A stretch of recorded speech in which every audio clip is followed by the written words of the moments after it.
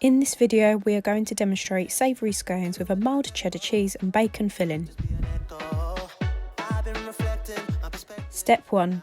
We need to preheat our oven to 220 degrees Celsius, or if you have a fan setting, 200 degrees Celsius, or gas mark 7 if you have a gas oven. You are going to need a lightly greased baking tray or muffin tin. A muffin tin helps cook the scones from the sides as well. A mixing bowl, a grater, a sieve, a measuring jug, scales and a paring knife, a spatula or palette knife, and an egg wash brush, or you can use a teaspoon. But first we need to wash our hands for at least 20 seconds with hot soapy water. I'm going to prep my fillings first, so I need to heat up a small amount of oil for the bacon.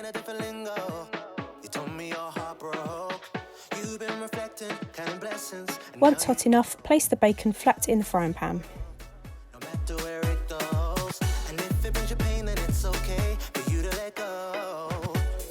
Next, I'm going to grate the cheese. Make sure your scales are tarred at 0 after placing the bowl, as we do not need to measure that. Electric scales should have a T or a 0 written on them to do this. If you do not have scales, I'll also be converting the measurements into cups, so you can use a small mug to measure your ingredients out. As I'm using 2 rashers of bacon, I'm going to grate 100 grams or 3/4 of a cup of cheese for my filling. Step 3. Weigh out 200 grams of self-raising flour, or 1.5 cups, and sieve it over your mixing bowl to remove any lumps by gently tapping the sieve into the palm of your hand.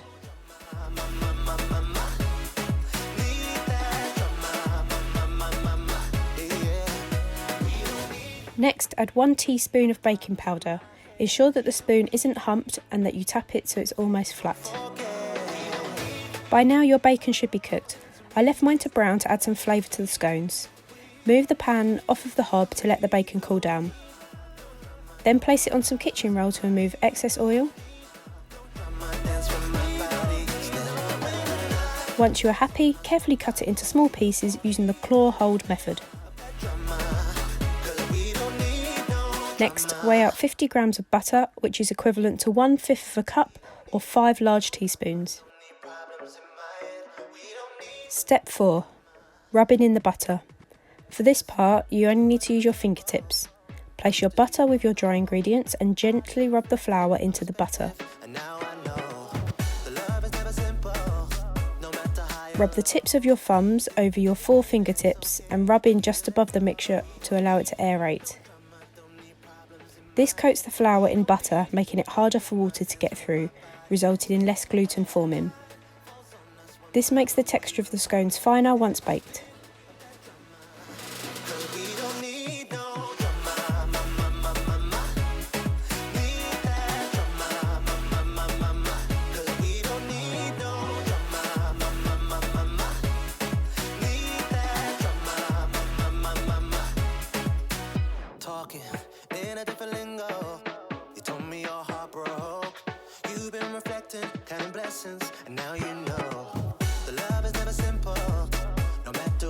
Remember to reach the bottom of the bowl to ensure that all the flour is incorporated.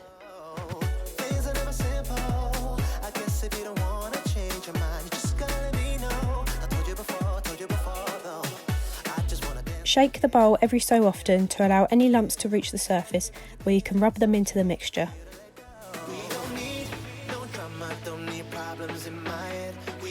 This should take no longer than 4 minutes and should resemble soft breadcrumbs once complete.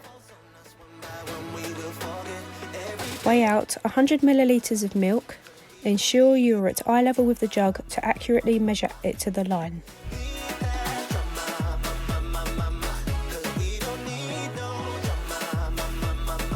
Step 5. Make a well in the middle of your mixture and pour about 1/3 of the milk into the middle. Use your spatula or palette knife to mix it together.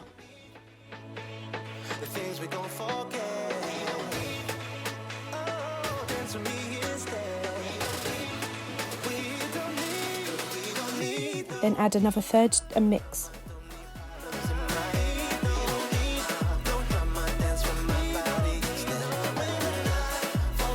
Finally, add the rest, and your mixture may look a bit wetter than you would expect, but that will be reduced when we add the other ingredients.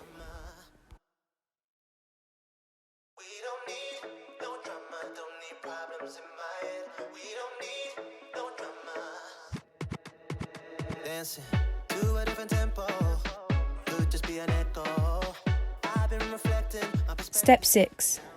First, I'm going to add my cheese, but only small handfuls at a time so that it is evenly distributed throughout the mixture.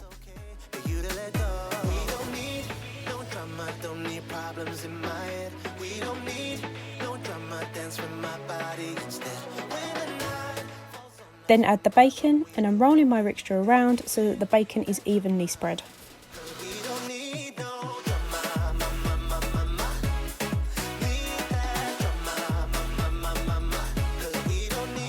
Step 7.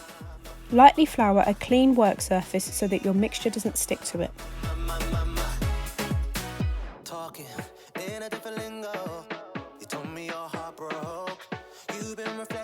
Place your mixture onto the surface and flatten it down to about 1 to 2 centimetres thick.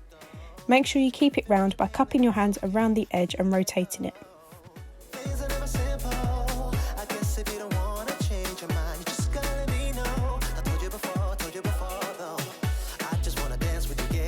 Step 8. Once you are happy your mixture is evenly spread, carefully cut it into 8 pieces like a pizza.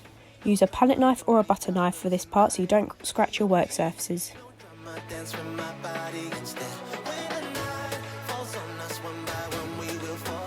Take one of the slices and carefully roll it into a ball, then press it flat, just like so. Do this for all 8 and place it into your greased muffin tray or baking tray.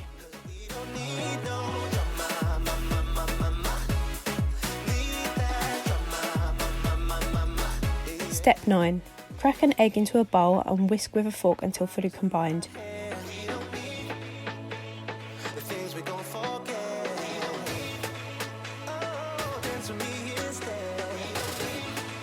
Use your egg wash brush to coat all of your scones.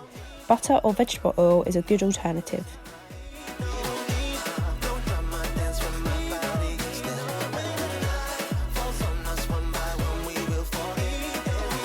Step 10. Use an oven glove to place your scones in the oven for 15 to 20 minutes until fully cooked. You can test this by cutting one in half to check the inside. Be careful, they will be hot. I left mine in for 20 minutes as some of them were larger and well risen. Whilst you're waiting for them to bake, you can do the washing up. Remember, cleanest item first. Once they're cooked, remove from the oven and transfer them onto a cooling rack or heat-proof plate. You don't want them to overcook by leaving them on the tray. And there you have it, 8 perfectly golden brown savoury scones, perfect with some melted butter or a salad. Enjoy!